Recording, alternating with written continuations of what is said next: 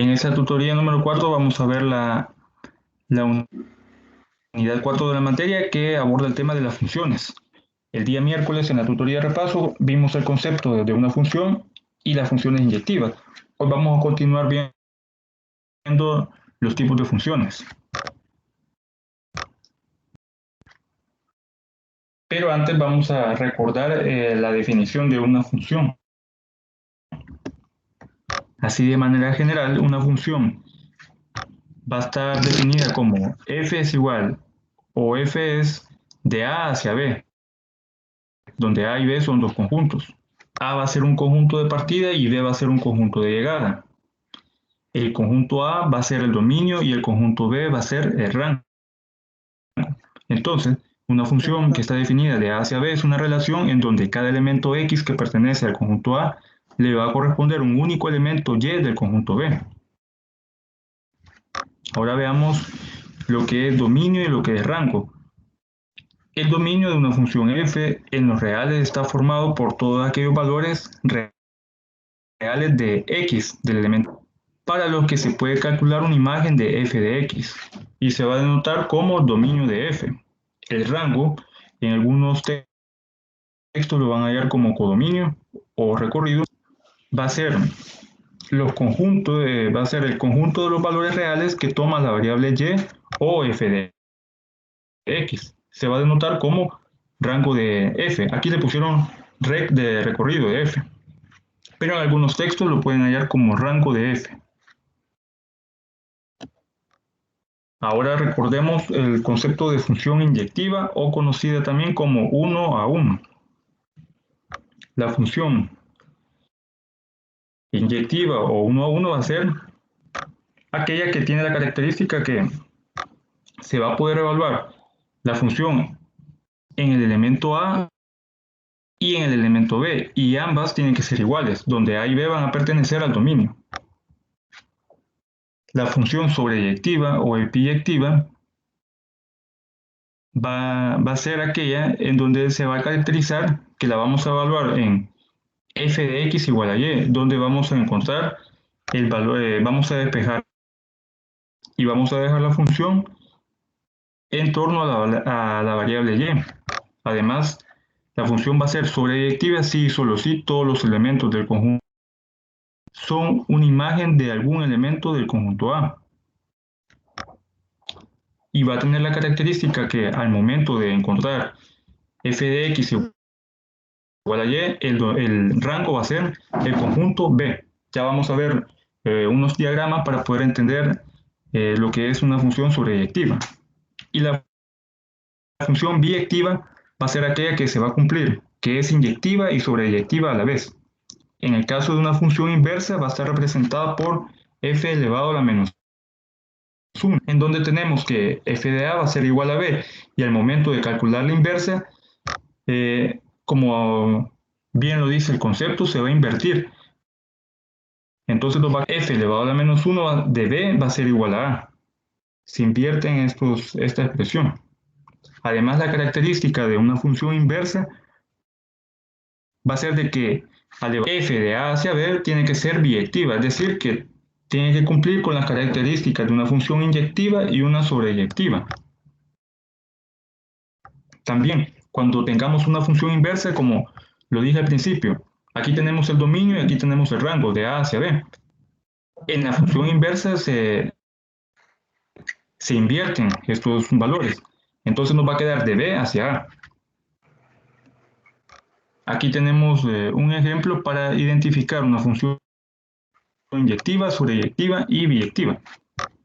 En el primer ejemplo tenemos el conjunto de partida y el conjunto de llegada. El de partida va a ser el primero y el de llegada va a ser una función sobreyectiva a este esquema, porque cada uno de los elementos del conjunto de partida llega hacia el conjunto de llegada, y todos los elementos del conjunto de llegada, es decir, del rango, tienen un elemento del conjunto de partida.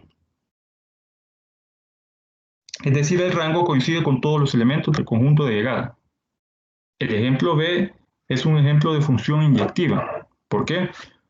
Porque los elementos del conjunto B, del conjunto de llegada, están relacionados con un elemento del conjunto A pesar de que este elemento, el último elemento, se queda sin una proyección del conjunto de partida, no hay ningún elemento, en este caso, que le lleguen dos flechas del conjunto de partida. Por ejemplo, si aquí tenemos el tercer elemento y llega la flecha hacia el tercer elemento del conjunto de llegada.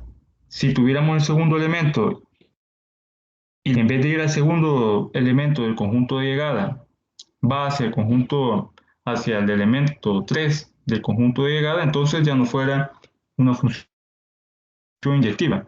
En la tutoría de repaso estuvimos viendo a profundidad sobre los casos en donde podía ser inyectiva o no. Y por último tenemos acá este esquema. Cada una de las flechas del primer conjunto, es decir, del conjunto de partida, se redirecciona a un elemento específico del conjunto de llegada. Y además, notemos de que el conjunto de llegada tiene, los tres elementos tienen flecha, que lo relaciona con los elementos del conjunto de partida. Por lo tanto, en el caso del tercer esquema, concluimos de que es una inyectiva y es una sobreyectiva. Y si es ambas, entonces es una biyectiva. Esa teoría, pues, ahí está también en el material de apoyo que ha subido el coordinador.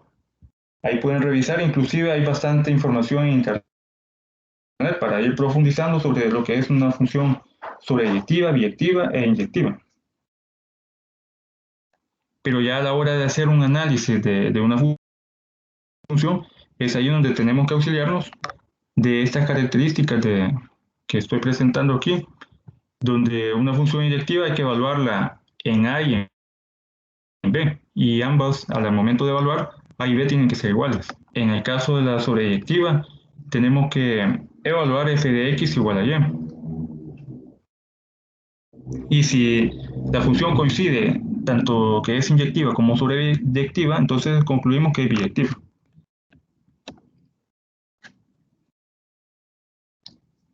Aquí tenemos unos ejemplos sencillos de lo que es una función. Tenemos la función f de R a R, es decir, su dominio son los reales y su rango son los reales. Y la función está dada por la siguiente expresión, 2x cuadrado menos 3x. Y se nos pide en la función los siguientes valores. Primero, x cuando vale 3, es decir, f de 3. Aquí tenemos la función 2x cuadrado menos 3x. Sustituimos, en vez de la x colocamos 3. Entonces nos queda 2 por 3 al cuadrado menos 3 por 3. Haciendo la operación nos queda que f evaluado en 3 nos va a dar 9. Luego se nos pide el negativo de f de x. Como la función que se nos ha dado en el ejercicio es 2x cuadrado menos 3x, afectamos toda la expresión con el signo menos. Y nos queda menos 2x cuadrado y aquí más 3x por la ley de los signos. Luego el tercer ejemplo nos dice evaluar la función cuando x es negativa. Simplemente vamos a sustituir, en vez de x cuadrado ponemos menos x al cuadrado y acá acompañando menos 3 ponemos menos x.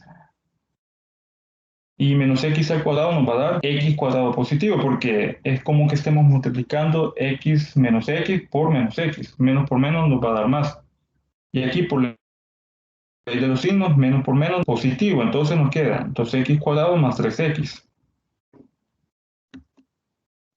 Y por último tenemos evaluar la función en x más h menos f de x sobre h, donde h va a ser diferente de 0, porque si aquí fuera 0 en el denominador, se indefine la función. Entonces solo sustituimos x más en la parte de x al cuadrado y nos queda 2 por x más h al cuadrado menos 3 en vez de x más h, menos la función que es 2x cuadrado menos 3x.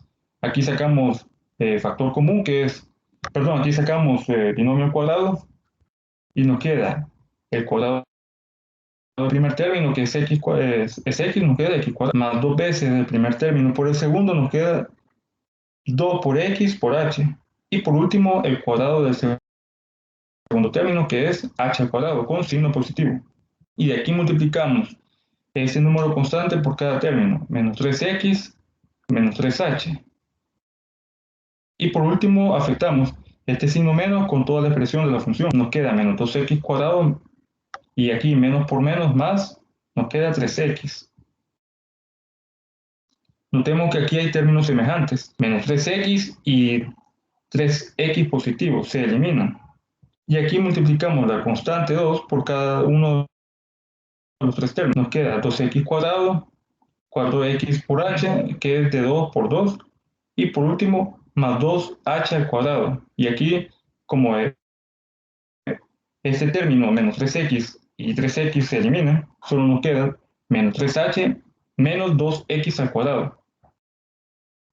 Este 2x cuadrado se elimina con menos 2x al cuadrado, y solo nos queda la expresión 4xh más 2h al cuadrado menos 3h. Sobre h sacamos un factor común que es h para eliminarla en el numerador y en el denominador. Y la respuesta nos va a quedar 4x más 2h menos 3. No, no sé si hay alguna duda en este ejercicio.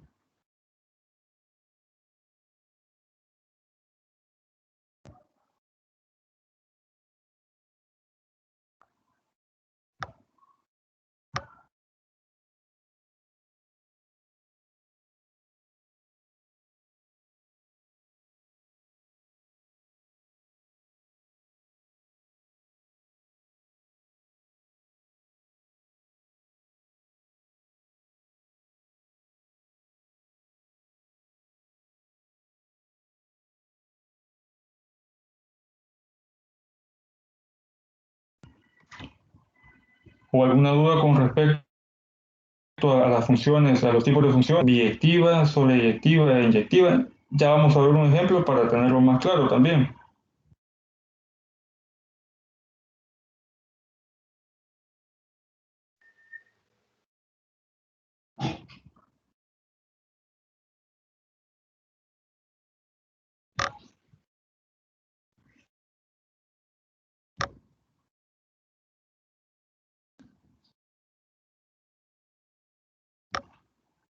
Bueno, vamos a continuar en el siguiente tema.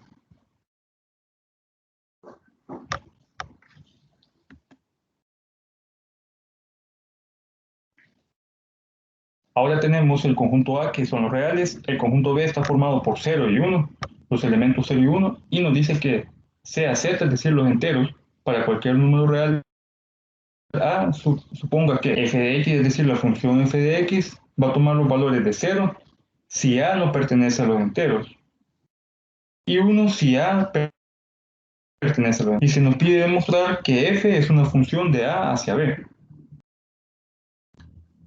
Como para poder demostrar esto, lo podemos hacer mediante alguno de los métodos que vimos en la unidad 1 sobre lógica. Vamos a utilizar el método de contradicción. Entonces, para ello, vamos a suponer que x, un elemento x, va a pertenecer a los números reales, es decir, del conjunto A, tal que f de x se le asignan dos valores distintos. ¿Por qué? ¿Por qué dos valores? Porque en el enunciado se nos está diciendo que el conjunto B va a tener solamente dos valores, 0 y 1. Entonces, los únicos valores que podemos tomar son el 0 y el 1.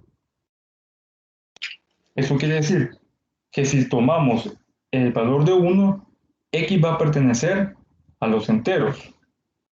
Y si tomamos a la misma vez el valor de 0, x no va a pertenecer a los enteros. Es decir, si tomamos al mismo tiempo 1 y 0, ¿qué va a pasar? No va a haber, no se va a poder dar la función. Por lo tanto, podemos concluir mediante el método de contradicción, porque el objetivo es contradecir el enunciado, que f va a ser una función. Esto es prácticamente solo manejar un poco la teoría, los conceptos de números. y los enteros para poder demostrar que esta función va a ser, o perdón, esta expresión va a ser una función de A hacia B.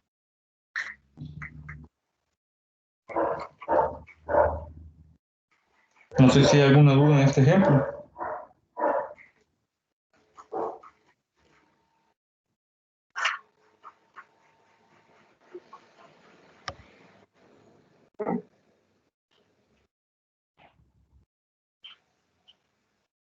O pasamos al siguiente.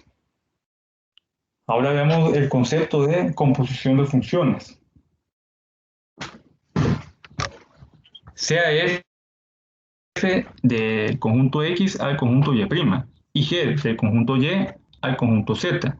Funciones con la propiedad de que el rango de f es un subconjunto del dominio de G. Entonces se define una nueva función, G compuesta por f, en donde X tiende a Z, de la siguiente manera. Entonces vemos la expresión G compuesta de f evaluada en X va a ser G de f de X para toda X que va a pertenecer al conjunto.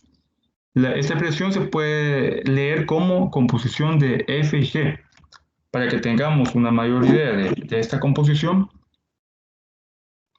el objetivo es de que primero vamos a evaluar dentro de una expresión f de x y de último el resultado que nos dé lo evaluamos en g. A eso se refiere este esquema. Aquí tenemos la variable x y luego la evaluamos en f de x. Teniendo f de x pasamos a evaluar g. Por eso nos queda g composición f de x. Aquí tenemos un ejemplo para comprender mejor esa definición. Tenemos las funciones f y g, donde f tiende de los reales hacia los reales, y g también de los reales hacia los reales, donde f de x va a ser x cuadrado y g de x va a ser x más 3. Y si nos pide ahí primero la composición de f con g, cuando x va a tener el valor de 2. Entonces, como ya sabemos que f de x vale x cuadrado, ponemos, primero dejamos esta f, que es el primer elemento, abrimos paréntesis y dejamos g evaluado. Significa que primero vamos a sustituir x igual a 2 en la función g de x. Colocamos f, paréntesis, y como aquí tenemos la función x más 3, sustituimos en vez de x ponemos 2. 2 más 3 que es 5. Ahora evaluamos este 5 en la función f. Y f como vale x cuadrado, ponemos 5 elevado al cuadrado, que es 25. Pero ¿qué pasa si evaluamos g composición de f? Es decir, lo opuesto. Aquí teníamos primero f y luego g, ahora g y luego f. Significa que vamos a poner primero evaluar f en x igual a 2 y el resultado que nos dé lo vamos a evaluar en la función g. Tenemos f de evaluado y como f vale x cuadrado ponemos 2 al cuadrado que es 4. Y ahora este valor 4 lo evaluamos en g. 4 más 3 es 7. Entonces, g composición de f evaluado en 2 nos va a dar como resultado 7. Y f composición de g evaluado en 2 nos da 25. Notemos de que no es lo mismo evaluar f composición de g que g composición de f.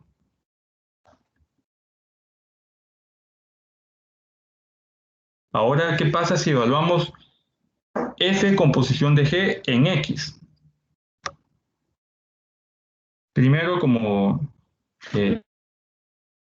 aquí tenemos f va a ser el primer elemento o la primera función que aparece en la composición, va a ser la última en la que evaluemos los resultados. Entonces, colocamos f, paréntesis, g de x, que es la segunda función. Significa aquí que g de x va a ser evaluado en x. Aquí no sustituimos x, entonces, x más 3. Y ahora x más 3 lo vamos a evaluar en la función f. Y como f es x cuadrado, sustituimos en vez de x cuadrado colocamos x más 3 elevado al cuadrado. Lo podemos dejar de esta expresión o descomponemos en el binomio cuadrado perfecto. Yo lo dejé solo indicado como un binomio al cuadrado. Ahora, g composición de f evaluado en x, es decir, al revés. Primero teníamos f como primera función, ahora evaluamos f de x y el resultado que nos dé lo evaluamos en g. Evaluando f de x tenemos que f de x vale x al cuadrado y g de x vale x más 3. Entonces, en vez de x colocamos x cuadrado y luego más 3, que es un valor constante. ¿Alguna duda con este ejemplo?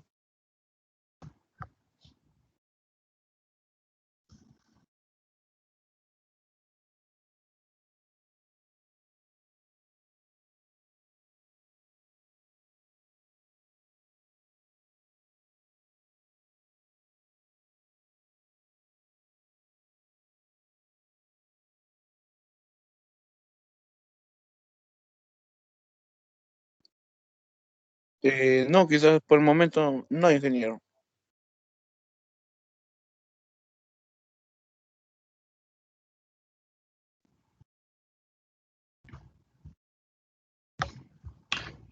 Entonces pasamos al siguiente ejercicio.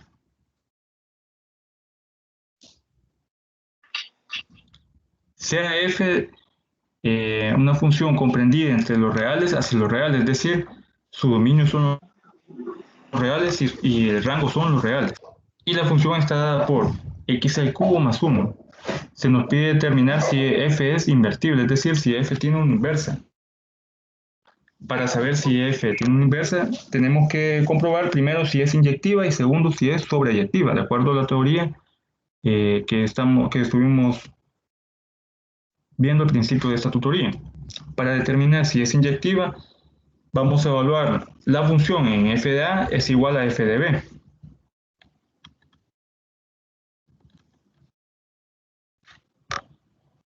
Vamos a hacer primero esto, evaluar f de a es igual a f de b, donde a y b van a pertenecer al dominio.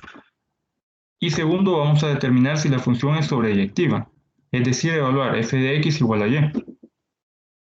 Si coinciden, si ambas son, tanto si la función es inyectiva como sobreyectiva, entonces la función va a tener inversa, así como lo dice acá, de que ¿es posible determinar la función inversa? Sí, solo si la función f de a hacia b es biyectiva. Y cuando nos referimos a que es biyectiva es que se cumple que es inyectiva y sobreyectiva.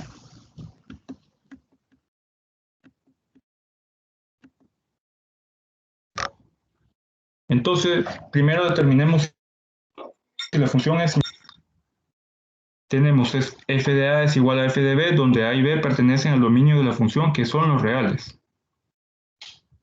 Sustituimos en vez de a, vamos a colocar en la función f de x, en vez de x vamos a colocar a, porque estamos diciendo que aquí vamos a evaluar la variable a en la función f de x. Entonces ponemos a al cubo más 1. Y aquí tenemos f de b. Vamos a sustituir la variable b en vez de x al cubo. Entonces ponemos b al cubo. Y como esta es una igualdad, vamos a resolver la ecuación. Aquí tenemos más 1 positivo, pasa al otro lado como negativo. Y se eliminan más 1 y menos 1. Nos queda a al cubo es igual a b al cubo. Esta expresión, como ambos términos están elevados al cubo, podemos sacar raíz cúbica. Y recordemos de que una raíz su dominio van a ser los reales. Entonces nos queda que a es igual a b. Por lo tanto, se cumple la condición de que la función es inyectiva. Porque al evaluar f de a es igual a f de b, a y b van a ser iguales. Esto siempre lo vamos a utilizar a la hora de determinar si una función es inyectiva o no. Vamos a sustituir una variable a y una variable b en la función. Y si al final de resolver la ecuación nos da de que a es igual a b, entonces la función que estamos evaluando es inyectiva. Para determinar si la función va a ser sobreyectiva, vamos a sustituir en vez de f de x, y. y vamos a despejar en función de x, es decir, vamos a dejar sola a x. Aquí tenemos de que está sola la y, pero ahora se hace lo opuesto, dejar sola x, despejar x. Entonces para despejarla tenemos aquí y es igual a x cubo más 1. Este más 1 pasa a restar y nos queda y menos 1 es igual a x cubo. Y como aquí tenemos x cubo y tenemos que dejar sola la x, sacamos raíz cúbica en ambos términos. Al sacar raíz cúbica, x cubo desaparece y nos queda solamente x. Y en el otro lado nos va a quedar raíz cúbica de y menos 1. Aquí cambié de posición tanto x como y sin afectarlo. Porque esto se puede hacer para dejar en la izquierda x y en la derecha la expresión que acabo de despejar. Entonces, como el rango de esta expresión raíz cúbica de y menos 1 son los reales, significa que y admite todos los valores. Por lo tanto, la función va a ser sobreyectiva, porque la condición de que una función sea sobreyectiva es de que su rango van a ser el conjunto B. Y el conjunto B nos está diciendo que son los reales, es decir, su rango son los reales. Por lo tanto, si la función es inyectiva y es sobreyectiva, concluimos de que esta función es invertible, es decir, esta función tiene una inversa. ¿Alguna duda o algún comentario en este ejemplo?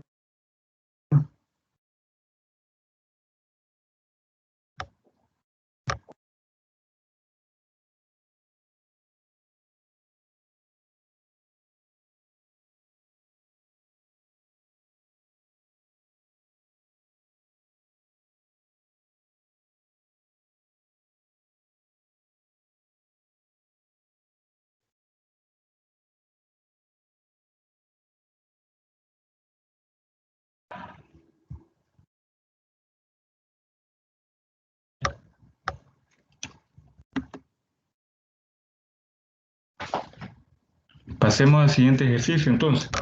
Demuestre que si f es de A hacia B y g es de B hacia C, son funciones 1 a 1.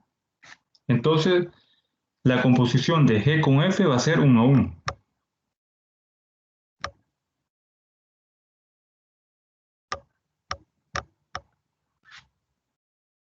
Tenemos que verificar si se cumple esa condición. Entonces, para ello nos vamos a auxiliar de algunas variables para comprobar si efectivamente se cumple que la composición de g con f va a ser 1 a 1. Aquí yo tomo b sub 1 va a ser igual a f de a evaluado en a sub 1.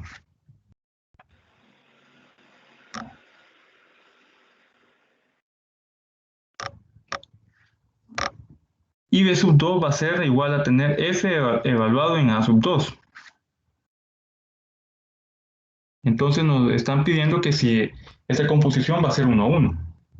Y como ya sabemos de que al momento de determinar si una función es inyectiva o no, vamos a evaluar a y al final de evaluar a y b en la función nos tiene que dar que a va a ser igual a b. Entonces tenemos como, acá tenemos la composición g compuesta con f en a sub 1. Va a ser igual a g compuesta con f en a sub 2. Ya vimos la teoría de que al momento de hacer esta composición colocamos la primera función g, luego paréntesis, f evaluado en a sub 1 y aquí tenemos g paréntesis, f evaluado en a sub 2. Como ya dijimos al principio que f evaluado en a sub 1 va a ser b sub 1, colocamos en vez de f evaluado en a sub 1, b sub 1. Entonces nos queda g evaluado en b sub 1. Y aquí ya dijimos al principio del ejercicio que f evaluado en a sub 2, b sub 2, entonces nos queda g evaluado en b sub 2. Al final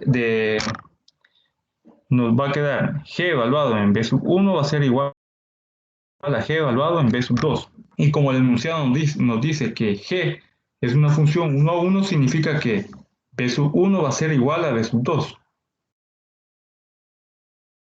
Como sabemos también de que b sub 1 y b sub 2 son equivalentes a tener f evaluado en a sub 1 y f evaluado en A sub 2 respectivamente.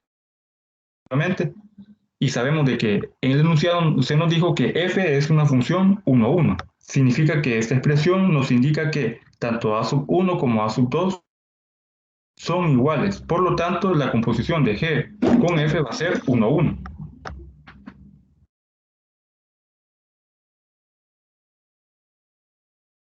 Aquí lo que tenemos que manejar o dominar va a ser el concepto de función inyectiva para poder demostrar este tipo de ejercicios.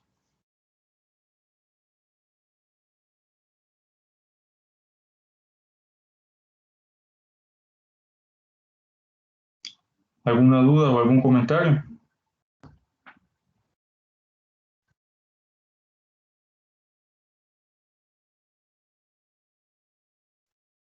No, ingeniero, por el momento no. Muy bien, gracias. Ahora vamos a ver el concepto de funciones de permutación. Para ello nos vamos a auxiliar de teoría del libro.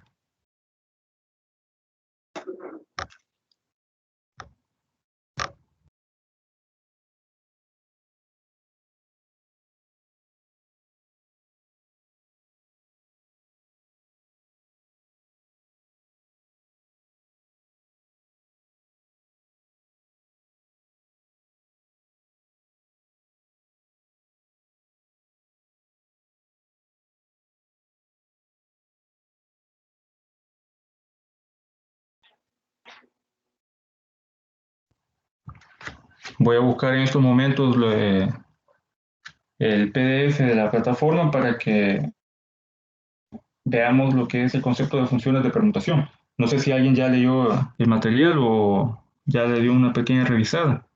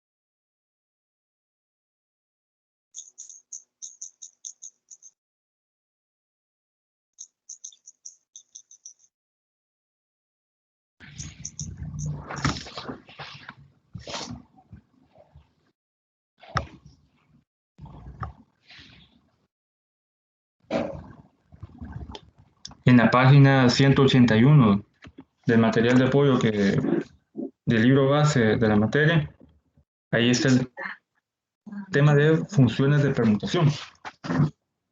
Las funciones de permutación es una biyección, es decir, una función biyectiva. Es decir, es inyectiva y sobreyectiva. Es una biyección de un conjunto A sí mismo y se denomina como permutación de A.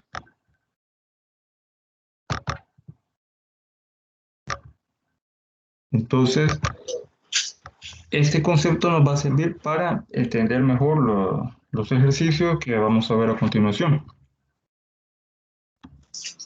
La función de permutación tiene la siguiente forma.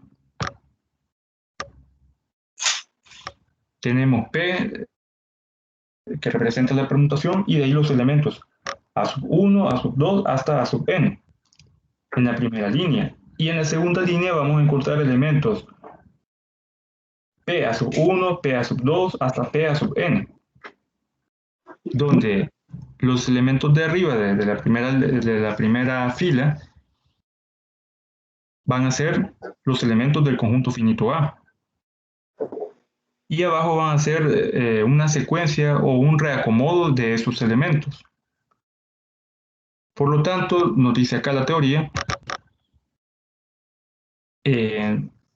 por lo tanto, corresponde exactamente a una permutación de A en el sentido mostrado de la sección 3.1, es decir, esta es una permutación similar a los arreglos que veíamos en la unidad de conteo. Tenemos ejemplos de permutaciones.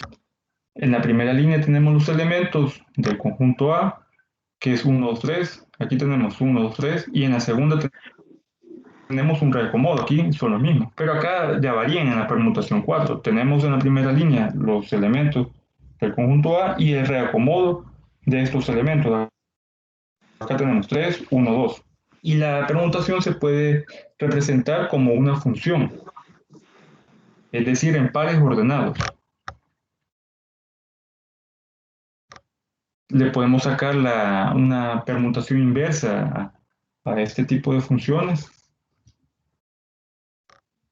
y podemos hacer lo que se conoce como producto de permutaciones, que va a estar representado por este círculo.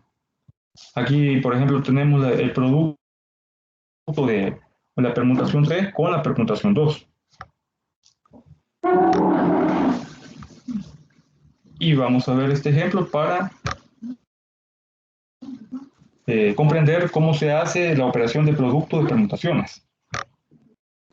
Entonces tenemos las siguientes permutaciones. Primero, el conjunto A está formado por los elementos 1, 2, 3, 4, 5 y 6. Y las permutaciones que tenemos son la permutación 1, 2 y 3, donde, como ya lo dijimos, en la primera línea tenemos los elementos y en la segunda línea un reacomodo de esos elementos, un arreglo de esos elementos como las permutaciones vistas en conteo. Y se nos pide determinar el siguiente producto. El producto de la permutación 1 con el producto de la permutación 3 por la permutación inversa de la permutación 2, o la inversa de la permutación 2. Para comenzar, como toda operación, vamos a hacer primero lo que está dentro de los paréntesis. Y antes de operar la permutación 3 con la inversa de la permutación 2, debemos de calcular la inversa de la permutación 2.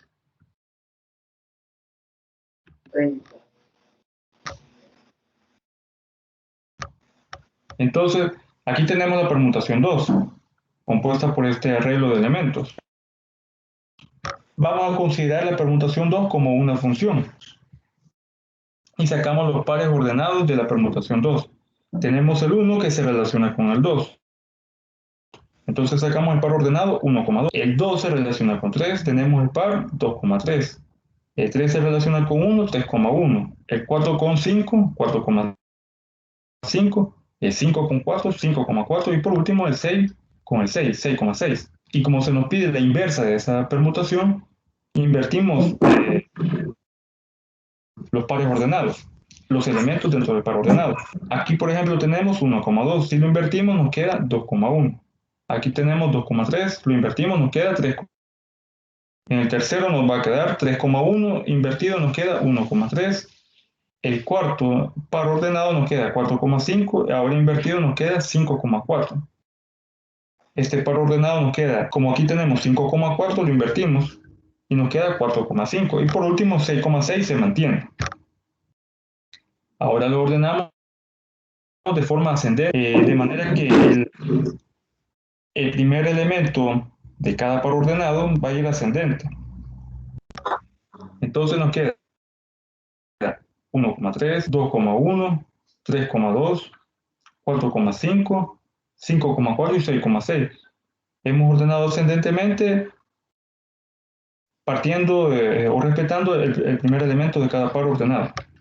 Luego que lo ordenamos, lo convertimos en una permutación, pero ahora va a ser una permutación inversa. Así que dejamos la permutación 2 con el signo, con el exponente -1, indicando que esa permutación es una inversa. Y nos queda 1,3. Colocamos 1,3, 2,1, de ahí 3,2, 4,5, 5,4 y 6,6. El primer elemento de cada par va a ir en la fila de arriba y el segundo elemento va a ir en la fila de abajo. Calculando ya la permutación 2 inversa, y como se nos está pidiendo el producto de permutación de 3, de la permutación 3 con la inversa de 2, lo dejamos aquí indicado. Permutación 3 por la permutación 2. ¿Cómo lo vamos a operar? Vamos a partir de la segunda permutación hacia la primera permutación, comenzando con el elemento 1 de la permutación P sub 2, que está en inversa. Entonces tenemos permutación inversa de 2, que es 1. Aquí tenemos 1, nos da un resultado de 3. Permutación inversa de 2 de 1 es igual a 3. Ahora este 3 buscamos en la primera permutación el valor de 3. Y ponemos permutación de 3. El elemento 3 nos va a dar un resultado de 2. Entonces hacemos el par ordenado 1,2. Ahora la permutación, comenzamos ahora por el 1 y ahora seguimos con el 2, siempre de la segunda permutación. Tenemos el elemento 2 de la permutación inversa y nos da como un resultado el valor de 1. Ahora buscamos el 1 en la primera permutación, que está acá. En la permutación 3 tenemos un 1 y ese nos da como resultado un 6. Se forma el par ordenado 2,6.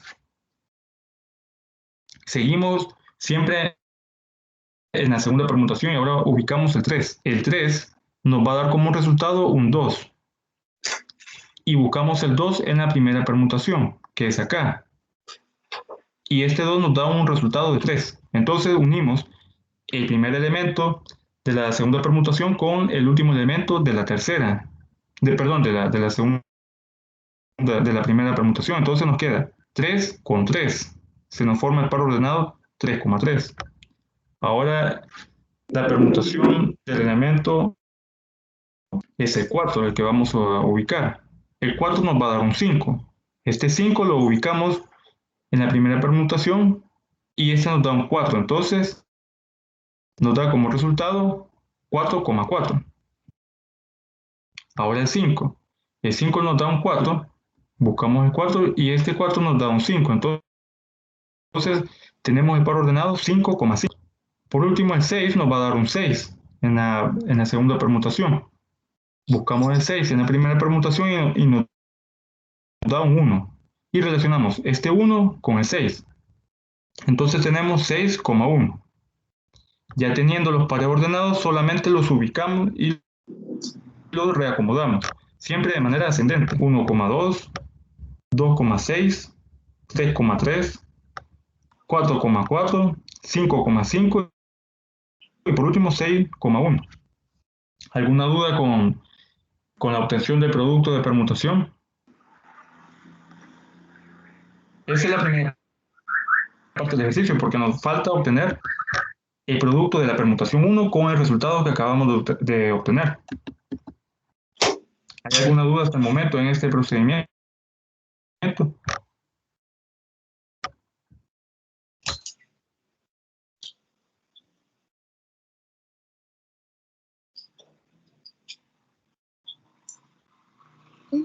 dice longitud de la permutación.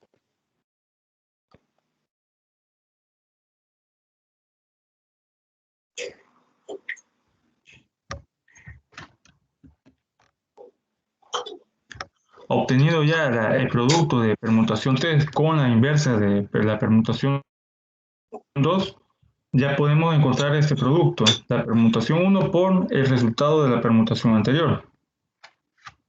Entonces hacemos el mismo procedimiento. La permutación de este producto nos da 1 del primer elemento y este 1 nos da un 2. Ahora buscamos este 2 en la primera permutación 1 de 2 y nos da como resultado un 4. Formamos el par 1,4. Ahora el 2 de la segunda permutación. El 2 nos va a dar un 5. Y este 6 lo buscamos en la primera permutación que nos da un 5. Y relacionamos el 2 con el 5. Nos da como resultado el par 2. Ahora la permutación 3 de este producto. Este 3 nos da como resultado un 3. Buscamos el 3 en la primera permutación y nos da un 1. La permutación 1 en el elemento 3 nos va a dar como resultado 1. Y relacionamos 3,1. Es decir, los extremos. Aquí pasamos de 3 hacia 3, ubicamos el 3 en la primera permutación y nos da un 1 y nos queda 3,1. El elemento 4. El 4 nos va a dar un 4 en este producto. Buscamos el 4 en la primera permutación y nos da un 2. Entonces se nos forma el par 4,2. El 5 nos va a dar un 5. Buscamos el 5 y este nos da un 6 en la primera permutación. Nos queda 5,6. Y por último tenemos el 6 en este elemento nos da un 1. Buscamos el 1 y el 1 nos da un 3. Se nos forma el par 6,3. Ordenando la permutación de siempre de forma ascendente nos quedan los pares 1,4, 2,5, 3,1, 4,2, 5,6 y 6,3. Algo muy importante es de que a la hora de desarrollar un ejercicio como este, dejen constancia de cómo lo han resuelto. Es decir, al menos deben de dejar 2 o 3 pasos para ver 2 o 3 pasos de cómo obtuvieron 3 pares ordenados. No es necesario que los hagan todos, todos los procedimientos de cada par. Ya con 3 que dejen o con 2, ya se entiende cómo han ido o qué metodología han ido utilizando para obtenerlo. Porque si se fijan acá, es bastante fácil obtener.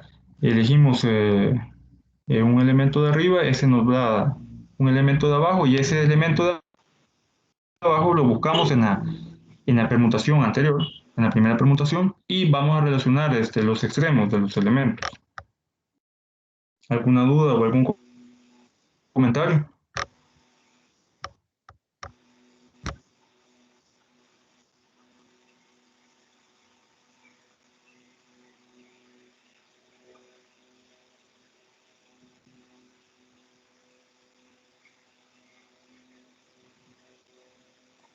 No se comprende, ingeniero. Muy bien, gracias. Ahora veamos este ejemplo.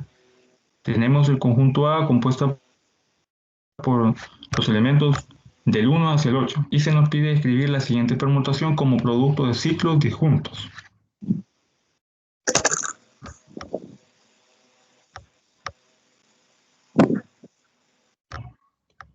Entonces veamos la definición de un ciclo disjunto.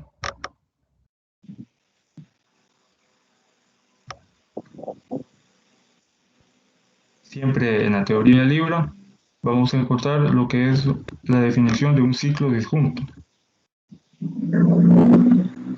Para comprenderla, aquí tenemos el concepto de permutación cíclica.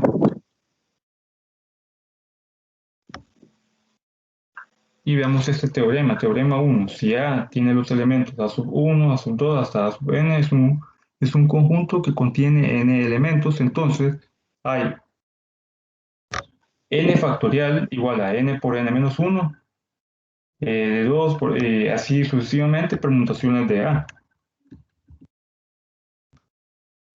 Entonces, como tenemos n factorial, a partir de ese concepto podemos definir lo que es una permutación cíclica de longitud R o simplemente un ciclo de longitud R, y se va a denominar o se va a denotar por B sub 1, B sub 2, hasta B sub R. Y aquí vemos una gráfica de lo que representa un ciclo de permutación. Entonces, se dice que dos ciclos de un conjunto A son disjuntos si ningún elemento de A aparece en ambos ciclos. Es decir, esta permutación se va a poder agrupar en ciclos.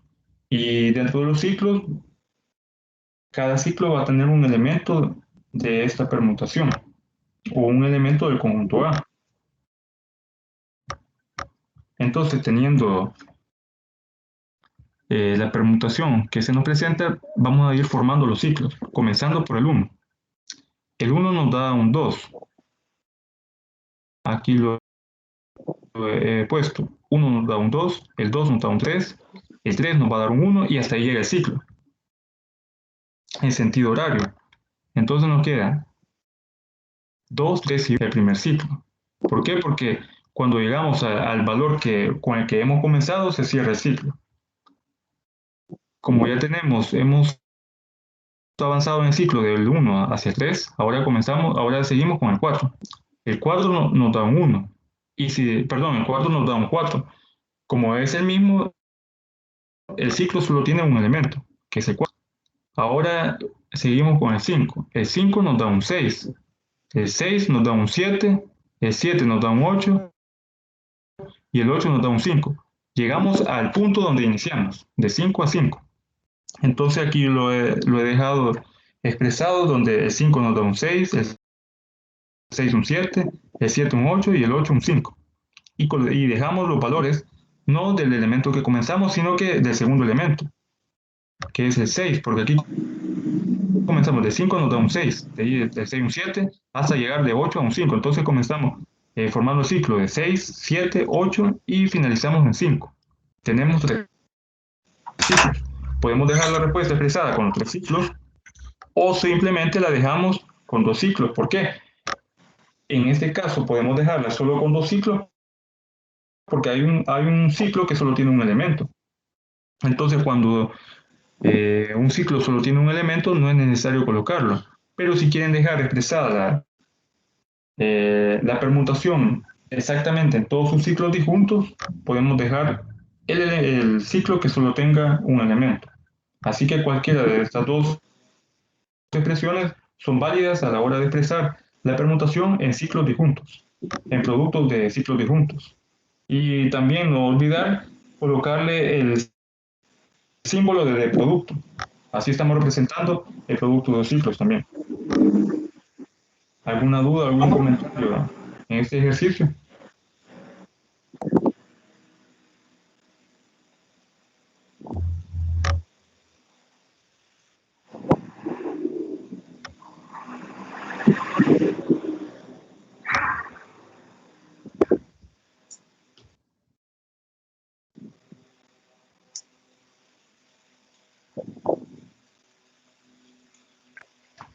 No hay ninguna duda.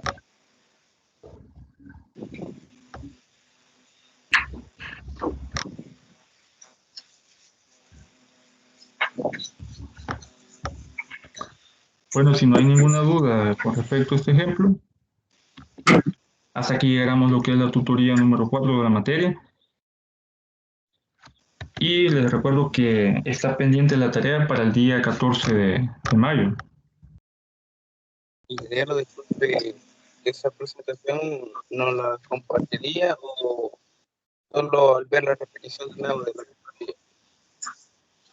Yo les voy a subir la grabación y les puedo compartir la presentación en el grupo de WhatsApp. Gracias. No hay ningún problema. Bueno, Entonces, Muchas gracias, señor. bueno, Gracias, ingeniero. queda pendiente la tarea Bueno, muy bien. Queda pendiente la tarea 4 y recuerden que también lo que van a someterse al examen repetido, pues va a ser el día de mañana a las 10 a.m. Así que por el momento esto es todo. Bueno, está bien, muchas gracias. Bueno, feliz tarde a todos. Igualmente.